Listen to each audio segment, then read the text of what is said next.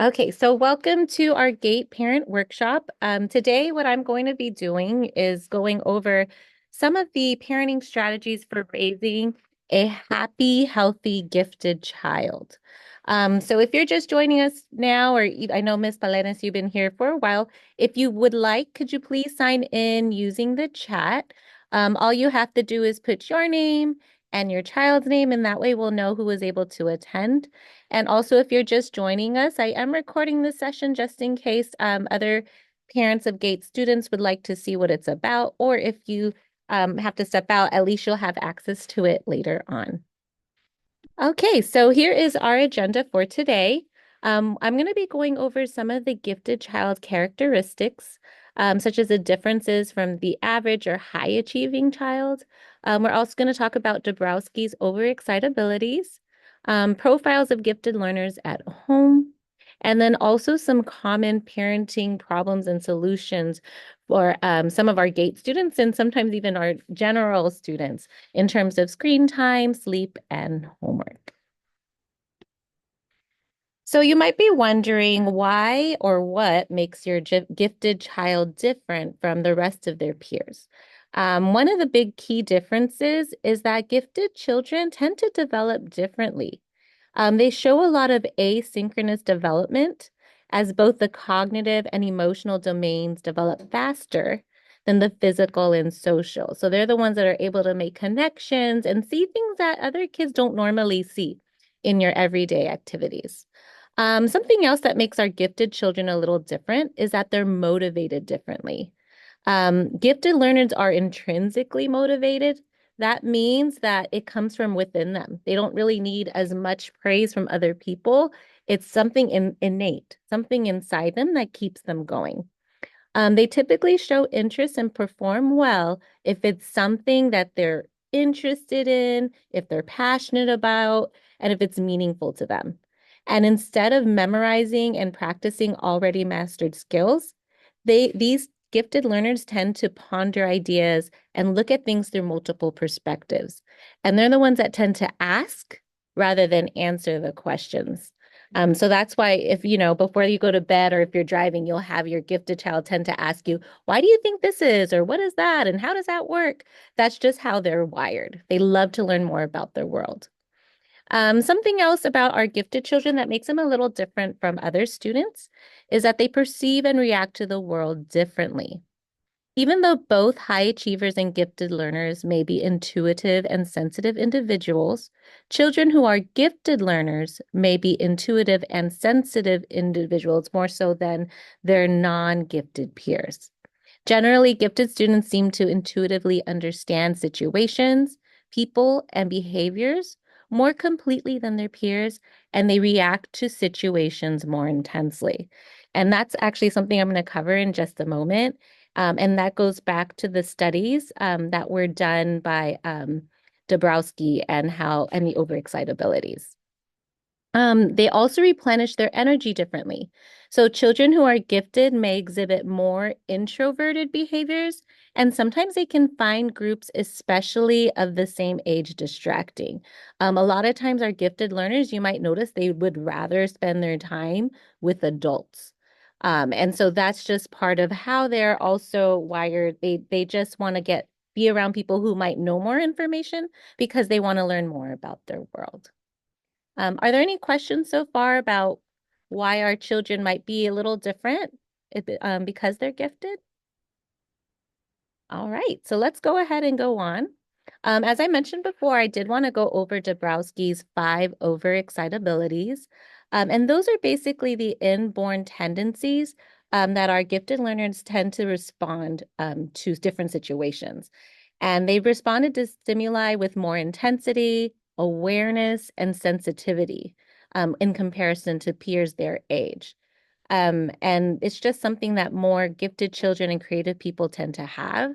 And there are different types of excitabilities. There's the psychomotor, and that's when they have a surplus of energy. And that's because of a heightened sensitivity of their neuromuscular system. And it can manifest as being restless or they start fidgeting and they need to just keep moving. It's kind of like they're like a motor. Another one of the overexcitabilities we do see in our GATE students is the sensual overexcitability.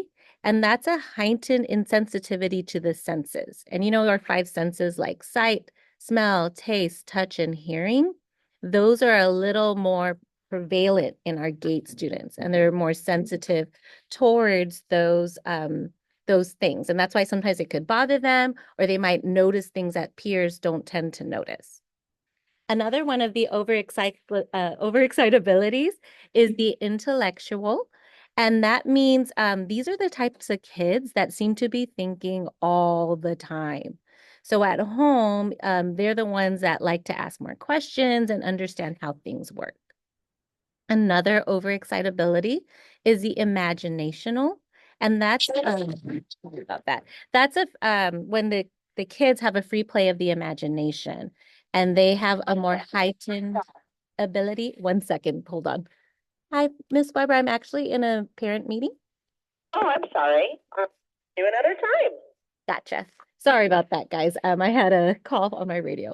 So they're the ones that they're very imaginative, very creative. And that's our imaginational overexcitabilities.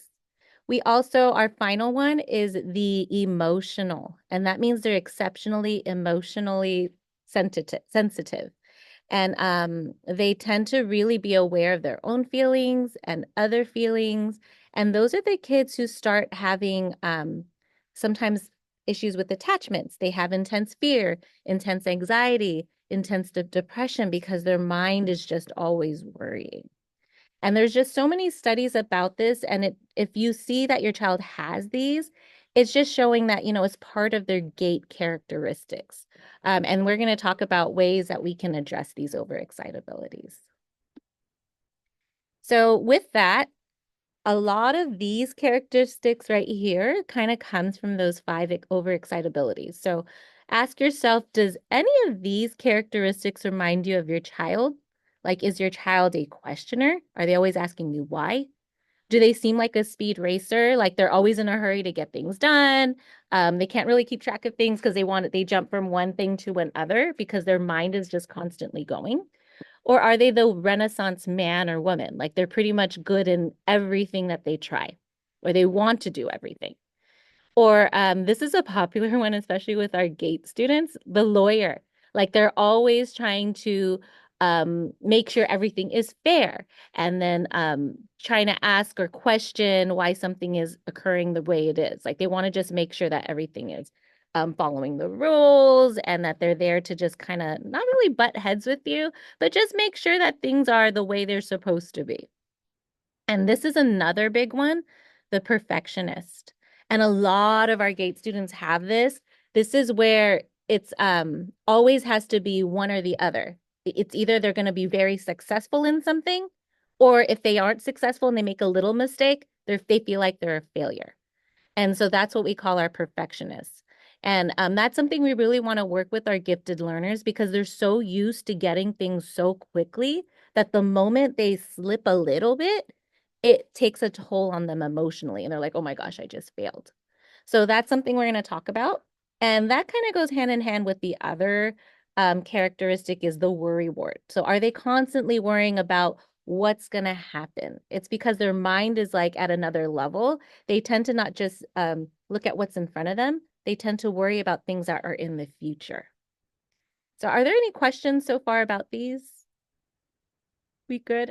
I know I'm doing a lot of talking. Feel free to raise your hand or unmute yourself if there's anything you want to know more about. So we're going to go in a little more depth for each of those different categories.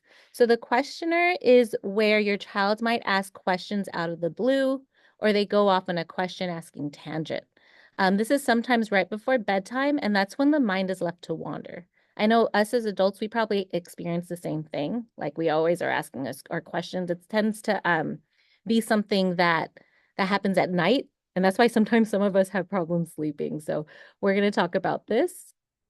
So the questioner, you might be wondering why it happens, and that's because they have an inclination towards deeper understanding and complex perspectives. They enjoy learning and they enjoy thinking, and their thinking is very rapid. It's at a fast pace. And it happens because of the combination of the psychomotor and intellectual overexcitabilities. And the child wants a deeper understanding and they think quickly. And the child enjoys posing the question and thinking about the possible answers. The speed racer. These are the children who just can't seem to slow down. Some caregivers or teachers might misdiagnose them. That means they make the mistake of thinking that they have attention deficit disorder. But it's not necessarily that, it's more so that their mind is just working at a faster pace. You might be wondering why it happens. It's because of the combination of their psychomotor and intellectual overexcitabilities. And so our speed racers may have intense interests that are hard to pull him or her from. And you might find that this type of child never stops talking, especially if it's something that interests them. So that's our speed racer. And then the Renaissance woman or man are the children who have varied interests and many talents. This is a combination of many overexcitabilities, and this is why they can do a lot of things. It's their psychomotor, emotional, intellectual, and creative overexcitabilities. And they have what Howard Gardner termed the multiple intelligence or strengths in many areas. Your child, if they have this, they may need more experiences in those areas to continue their interest. Often the deep interest a child has in a particular subject or activity will change over time. And this is something that I saw in my own son. He was this type of child where when he was interested, like when he was younger, he was really interested in the doctors. And so he would research everything. He wanted a EKG book and he wanted Grey's Anatomy and he really delved in and he took a lot in that. But then all of a sudden his interest changed and like he was into firefighting and he knew all the different like hoses and the parts of the truck. And like the way you can really support these kids is if they're interested in something, because they tend to retain all this information, is just expose them to all of these things as much as you can. I kind of think of these kids as the jack of all trades or the Jill of all trades. And we want to make sure we keep their yearning for information going. And the lawyer, and that's the most common gifted profiles that you will see at home. They have an innate sense of fairness and will argue when that sense is thrown off by perceived inconsistency. So these are the kids that want everything to be followed to the T, all the rules. And this happens because they have an advanced logical capability and they want to demonstrate it to the people and adults around them. They have the ability to see the bigger picture and point out inconsistencies. They understand processes and how things work, and they have advanced logical capabilities. So this is another reason why our GATE students tend to do very well in school because they see inconsistencies and patterns, and they try to make sure that the information they find is correct. And the perfectionists, these are the children who want everything to be perfect and they are not satisfied with good enough. Like they can't get a B, they have to have an A. And this is something that ends up being a little problematic because when they start seeing that they're struggling with something, sometimes they're a little too hard on themselves or they want to stop altogether. And that's why with our perfectionists, we want to make sure that we encourage them. It's not how well they do, it's more so how much effort they put into something. The reason why this happens is because of their combination of sensual and emotional overexcitabilities. And they have something what people tend to call the imposter syndrome. And that's where they don't believe in their own abilities and they believe that in that any mistake will reveal them to be a fraud and not really gifted. And they often suffer from dichotomous thinking, whether it is either all good, so they're either perfect, or they're all bad. And parents sometimes unwittingly make perfectionism worse by focusing on what is unmet instead of focusing on successes. So sometimes parents will say, "Oh, you didn't get 100% on this." Like that's going to make it harder for our gifted children because once they see that they don't get that perfect score, they shut down. And that's why we got to make sure we always put an emphasis on their efforts. And the worrywart. I'm kind of guilty of this myself. That's someone who is constantly in the state of unrest or panic. Just like the questioner, they have questions, but their questions often start with what if and why? Like they're worrying about the future, and what's going to happen. And this happens because of a combination of the sensual, creative, and emotional overexcitabilities, and they have a heightened sense of the world around them. And it's combined with a creative imagination and emotional overload. And this can lead to them worrying about the future and the unknown. So these people are just really hypersensitive. And they start to have like anxiety because they want to make sure that everything's okay. So we want to make sure we give them some strategies to help them deal with these feelings and overexcitabilities. So this is just a brief breakdown of all the different characteristics that I talked to you about. And so these are what the Dabrowski's overexcitabilities, each profile is showing. These are their characteristics. And then this is how it's going to look at home. So this is kind of like a brief. So if you want to take a picture of this or a screenshot, it kind of gives a brief overview. And I find that this is very helpful, especially for gate learners. You might be wondering, is there something wrong? But really, it's not anything wrong. It's just part of the characteristics of their gateness. So now that I went through all of that, you might be wondering, well, how can I help my child at home? Now that we know that these are the different characteristics, what could we do to make sure that our gate children are succeeding or are successful? So with the questioner, so the kids who keep asking questions and want to know more, some things that you can do is give thoughtful responses to queries, like any questions that they have. Like if you don't know an answer, give them resources and time to access the resources. Like you don't want to, because what happens is if they start asking you and you're like, I don't know, whatever, and then move on, they won't have that sense of validation met, and it will just keep bothering them. But on the other hand, if you give them resources, not only are they seeing that, hey, it's okay, I don't know something, I can look it up, but it's also teaching them how that they can learn more about the world on their own. So it actually improves their thinking as a gate learner. Something else that you want to teach the questioners is teaching them how to critically evaluate information and know when is enough. Because, these are the kids like they can take a deep dive and they'll just keep going and going and going. So we want to make sure it's like you maybe have them make a list of questions that they have and see if they can answer those. And then also because, we're living in a world where there's so much on the internet, teaching them how you know the difference between a valid resource and one that may not really have, like, it's kind of like fake information. Like you can't really believe everything that's on the internet. So are there any questions about the questioners? I know I'm doing a lot of talking. It's just a lot of information, but we're hoping you guys get an idea of what your GATE students are experiencing.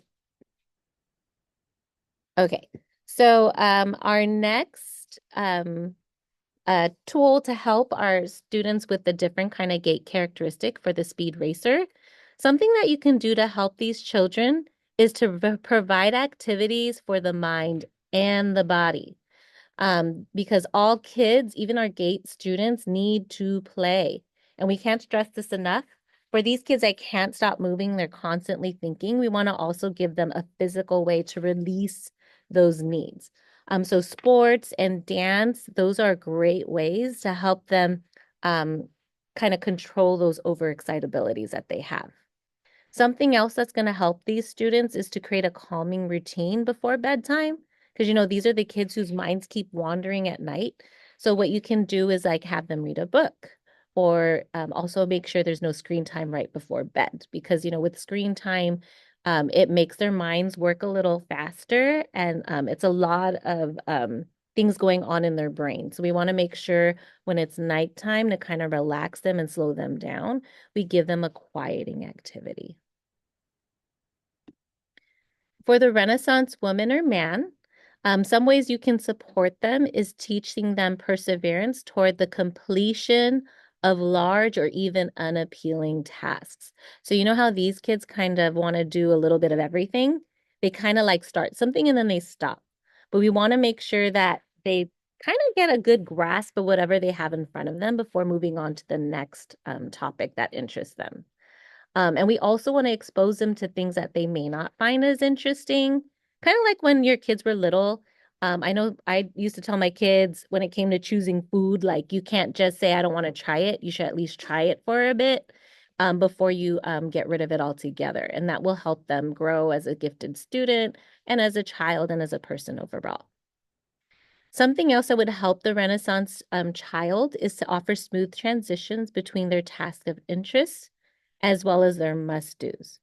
So something that you can do is like, when they get really obsessed with a topic, set a timer. Say, okay, we're going to focus on this for just maybe like 30 minutes to an hour. And then once you do that, then we have to do these other things that may not interest them as much, like cleaning the house or I don't know, we're working on a different homework assignment because I know it's going to be hard for them to get rid of these strong interests. Something else that you can help with the Renaissance child is to honor their changing interests. Don't force them to have a passion. And I can't emphasize this enough. When my son was younger, I know I told you guys he wanted to be a doctor. I think it was like when he was in fifth grade. And oh my goodness, my in-laws, my parents are like, we got a doctor coming. And he was really into it for a couple of years, but then all of a sudden, like, it kind of died down and he had a new one. And I know they were pushing him, going, how come you don't want to be a doctor anymore? Why do you want to do firefighting? But you got to make sure the child still has that choice. And you can't really force them to do something that's not something that they're interested in anymore. Because ultimately, we always want our child to be happy. And that's what this workshop is geared towards, how we can help support the emotional abilities of our students. For the lawyer, remember, these are the kids that keep trying to fight for fairness. Some things that you can do to help them with their overexcitabilities is to establish routines and checkpoints, maintain expectations and consequences. So they like things to always be stable. Like if you know that they broke a rule, then that the consequence is there and it's fair. And to do it with the same child. Like you can't play like favorites. Something else that could help this child is to explain to them why she or he has to do what you're asking. Sometimes the lawyers will think, well, I don't have to do this because it doesn't make sense. So if you tell them why, that seems to kind of appease them and makes them realize, okay, now I get why we have to do it. They always need to have that reason. Something else that you can do to help these students is to acknowledge sound arguments and give in when it's appropriate. That's really big right here. Be sure it's only when it's appropriate, but don't let the child bully you into always getting his or her way, because that's going to lead to more troubles in the future. You could kind of imagine. Um, so that's the lawyer and ways you can help them. As for the perfectionist, this is something I know I struggled with and I still continue to struggle with. Like I always have to make sure everything's perfect, but we have to make sure that we give that ability for kids to understand that you can it's okay if you're not perfect. And it's more so about the effort. So this is what I've been emphasizing since the beginning. With our GATE students, we want to make sure we praise the effort that brought in the result. And that's Dweck's growth mindset study. So basically, we want to tell them it doesn't matter, like, well, it kind of matters, but it's not as strong in terms of what happens at the end. It's all about how much work you put into meeting that goal because you can always work harder and eventually you'll keep getting better and better. And this is something that I notice happens with our children from elementary to middle school. In elementary school, they're used to being like the perfect student. Everything's right. They always get fours on things. But then in middle school, when they're being asked to partake in other types of classes and with other teachers and they make a small mistake, sometimes when they make that mistake and they see it's not coming as easy, they'll shut down. And so that's why we really want to praise them and say, instead of saying, oh, you're so smart, you want to say, hey, you're working so hard. I think that's amazing. You're making me so proud. So that way, when things get harder, they don't just give up. They'll keep fighting to make sure they meet their goal. Be sure as parents, you don't expect perfection of them yourself. I know that there's like that saying, the tiger mom, where like if you don't get 100% and you get a 97, what's wrong with you? I mean, that's not what we want to push. We really want to make sure that the kids have that ability to experience a little bit of failure so they could build their resiliency. Something else that you want to do is dwell on the positives and what the child learned or what was successful. So maybe if they don't get that um perfect score, like you can say, hey, you really studied, you worked hard, and look at how much your scores have grown from before. So you always want to look at that positive just to build up their self-esteem. Are there any questions about these so far? Guys, okay? All right, the worry wart. How can we help this child? Something that you can do if they're constantly worrying is avoid simply reassuring the child. It's kind of very ineffective. You want to give them the tools to see what they can do to see how they can solve the problem, or maybe even like have them figure out like how they can reassure themselves. Like, what, it's going to be fine.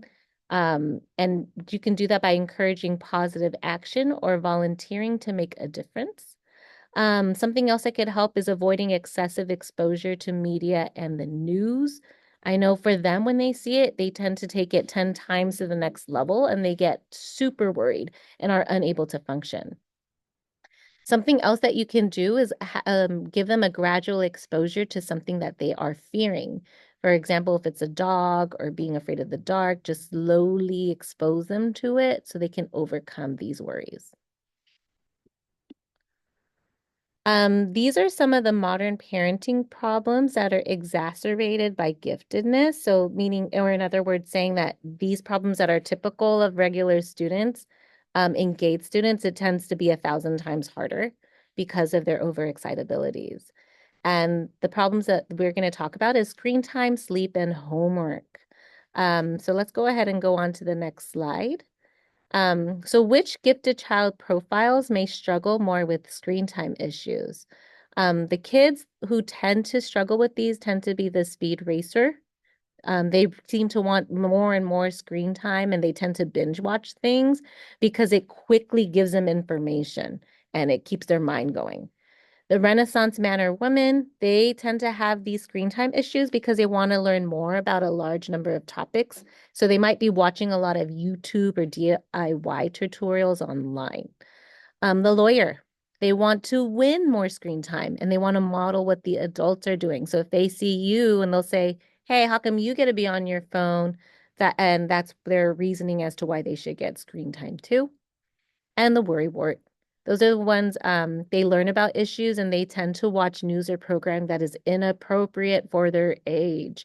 So they're the ones that really worry. And so they want to watch the news and they get too invested and then it causes them anxiety. So good news, all screen time is not the same. So these are some ways that you can kind of help with this issue that you'll see. Family screen time is what we really recommend. Watch programs with your child. Like, don't just let them go down that rabbit hole and get overconsumed. Sit with them, and that way you can guide them with and ask more questions with what they see. Also, have family discussions about the issues or concepts involved. And this also gives you time to bond with your family or even just with your one child. Some types of games are also more beneficial than others. So you have to make sure you strategize the types of games that they're having access to and make sure that they're the games that give them more thinking skills that are being addressed and they reward persistence. So it's not about getting things right. It's about how they have that resilience to keep trying. Also, multiplayer games can promote social interaction. A lot of our GATE students, like they kind of tend to just rely on themselves and maybe an adult. But if you have a game that has them playing with another child, that can encourage them to socialize with others. So that would help our GATE students. Any questions about screen time? Okay. Here are some additional solutions for screen time. What you can do is promote other activities or like screen-free zones is like what we call them. So if that's for your speed racer or your Renaissance woman. Something else that you might want to do is have limits to screen time with consequences, and that'll be for your lawyer. So if they don't follow your rule about how much time they should have on the screen time, then you could tell them, well, this is going to be the consequence of it, and that tends to appease the need of our lawyers. Also, modeling acceptable behavior for everyone. I know with work and our social lives, family lives, we tend to be glued to our phones as adults. So we want to make sure we model how we have to kind of stop what we're doing in terms of what's on our phone, and then show our kids that, hey, there's a time for screen time and another time for just be doing in-person talking or maybe even reading a book. Something else that could help your gifted learner with screen time is having a predictable schedule. And this will be especially helpful for the worry warts. So if you have a set time each day for when they can have screen time, that will help them with their overexcitabilities and their worries. As for sleep issues, so a lot of our gifted children tend to have issues with sleep more so than their peers. And that's because at night, like for example, the questioner, that's when their mind starts thinking and asking questions. And the speed racer, they just can't shut their brain off, and that's why they can't sleep at night. The lawyer wants to win more time awake, so they're there trying to argue because they don't want to miss anything that's happening at night. And then the perfectionist, they want to keep things, perfecting things. They can't let it go. I know with my son, it was like 1 in the morning and I saw him still working on a project. And I'm like, what are you doing?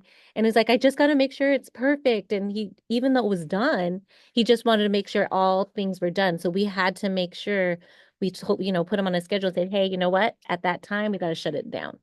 And then the worry word can't shut down anxieties. They may not be able to stay asleep and they don't want to miss anything. So, in order to help them with these struggles with sleep, some things that can help is to provide sleep cues and provide a safe sleeping space. And that would help our speed racer, lawyer, and perfectionist. Kind of like have it like, I know when my kids were younger, we used to put those glow in the dark stars on the ceiling. And then eventually I got this like thing that made the light project stars. That kind of helps, so it kind of calms them down. Encouraging your child to relax and don't pressure them to sleep. I know a lot of times we just yell at our kids and say, you need to go to sleep now.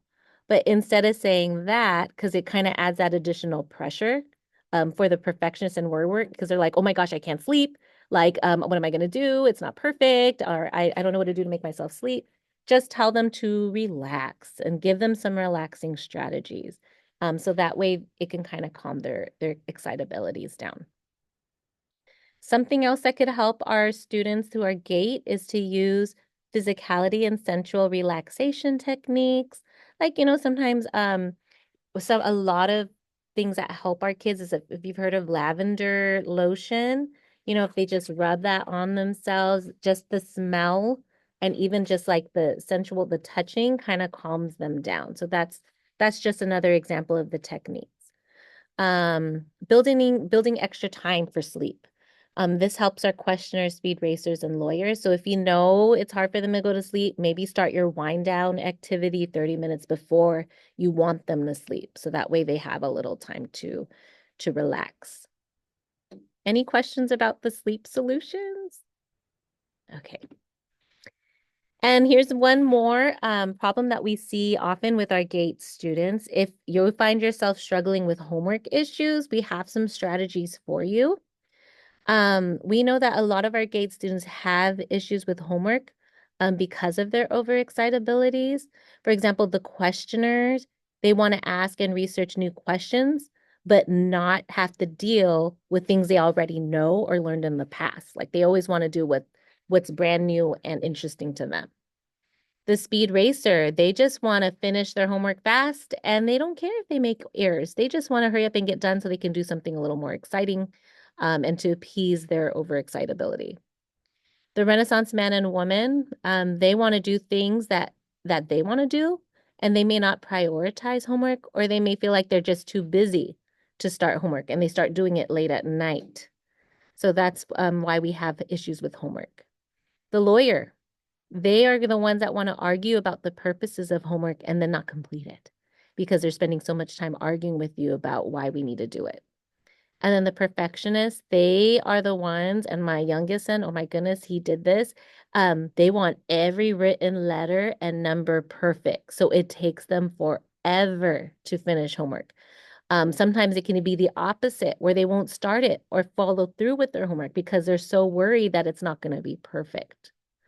So some ways we can help our kids with homework who are GATE is John Roseman's Hidden Values of Homework. So this is some studies that were done. So we could teach our children responsibility, and that's the ability to assume ownership of what of that which rightly belongs to you.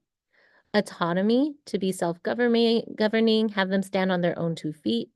Perseverance, teaching our kids to become the little engine that could, just don't give up.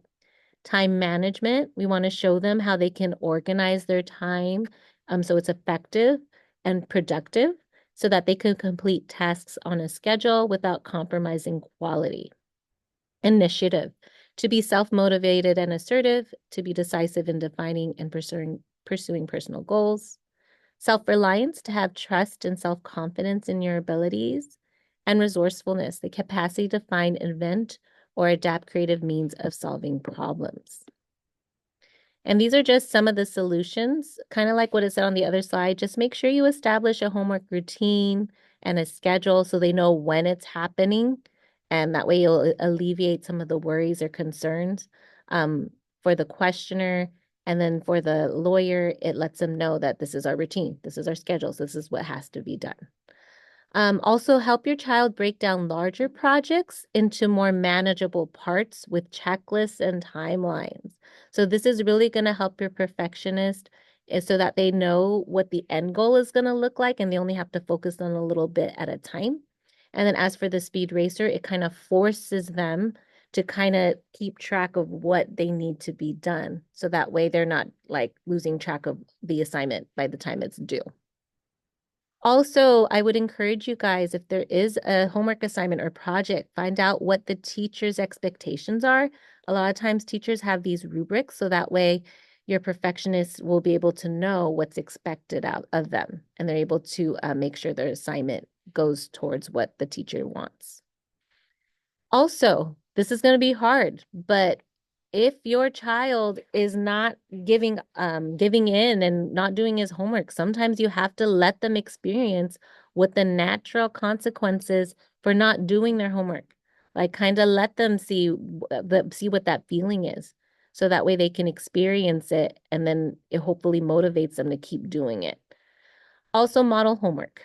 So sometimes I know it's hard as parents, we're so busy. We have to cook dinner, we have to prep lunches for the next day, we have to make sure everyone's doing homework. Like we're constantly doing a billion things at one time, but you want to make sure you save time to model what it looks like to focus on one activity during homework time. So maybe during that homework time, you can use it to show what it looks like to work and how it's a quiet spot and you're just focusing on one task.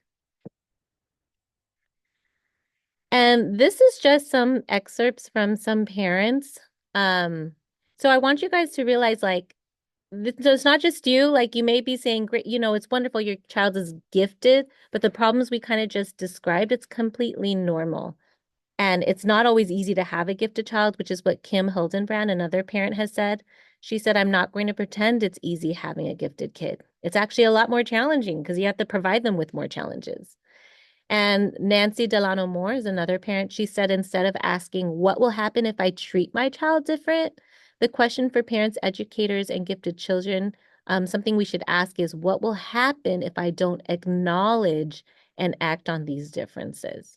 That's why a big part of this presentation is us becoming aware of what the characteristics are for our gifted students, so that way we can better address them.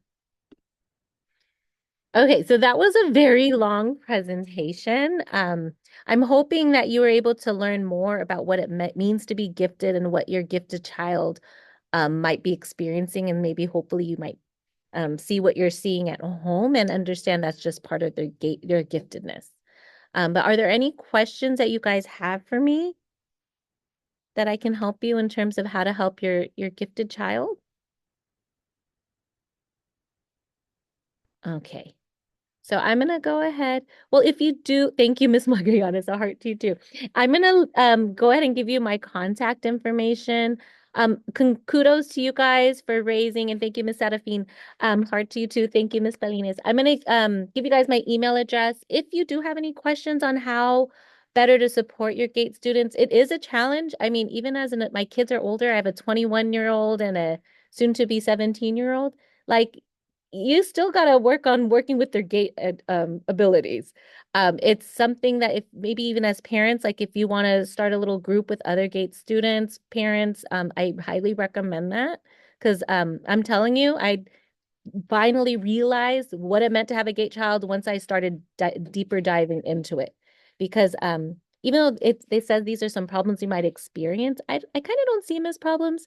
I kind of see it as different ways we can support our kids. So if you want any more resources or information, please feel free to email me. Here's my email below, or you can even call the school and I'll be more than happy to talk to you guys. So thank you so much. I do appreciate you all coming, and I'm going to try to think of another GATE workshop we can have next month so that way we can help our gifted students. Thank you, everyone, and I hope you have a great day. Thank you, you too. Thanks. Thank you, Mrs. Prensa. Anytime. Thank you. Thank you. Have a great day, You everyone. too. Thank you, guys. Take care.